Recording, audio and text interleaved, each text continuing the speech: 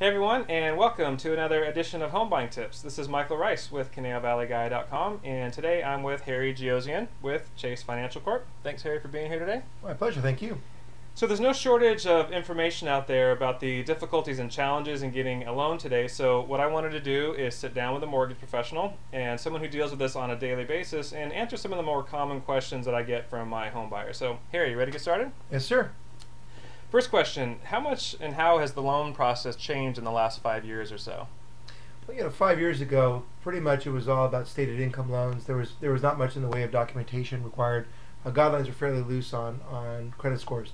Today, I would say that the big change is about income documentation. If you can document your income, you can get in with very little down at this point. And so it's really all about verifying the income and the lender feeling comfortable that the buyer has the ability to repay the loan that they're taking out. So me as a buyer then, so what do I need to do other than verify income to make sure that I'm going to qualify for a loan?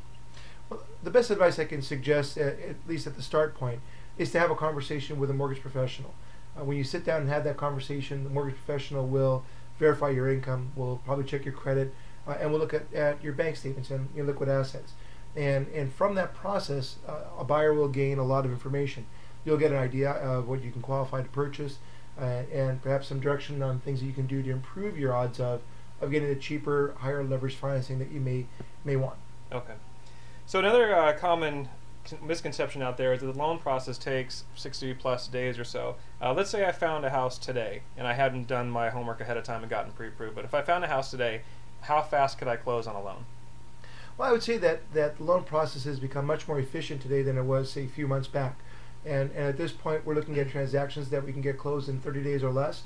And so the nice thing about that is that if you get into escrow today, within a month you'll be able to enjoy that backyard barbecue, hopefully. All right, that sounds good. Next question, next common question I get from people is, how much do I need down? A lot of people think you need at least 20% down or the banks wouldn't even look at you. Harry, how much do you need down on a loan today?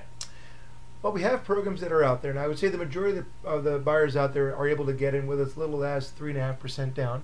There are some unique programs that we do have available to us. For example, Fannie Mae has a program that will allow 3% down on some of their properties. But by and large, the FHA program is 3.5% down today.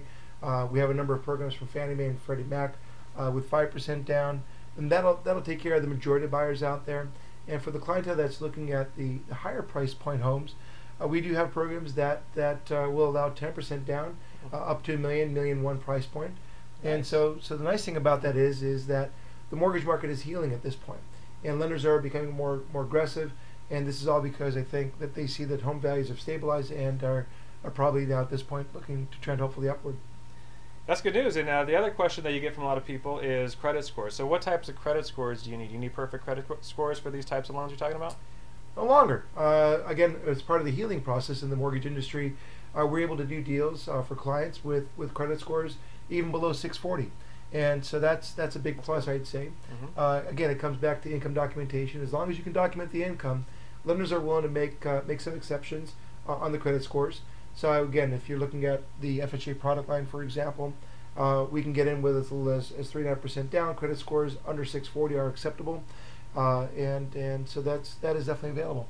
For the higher clientele, I would say the higher price point clientele, you're still looking at a little bit higher scores, but not necessarily in the upper atmosphere. We're still looking at 680 perhaps on those clientele. That's not unreasonable.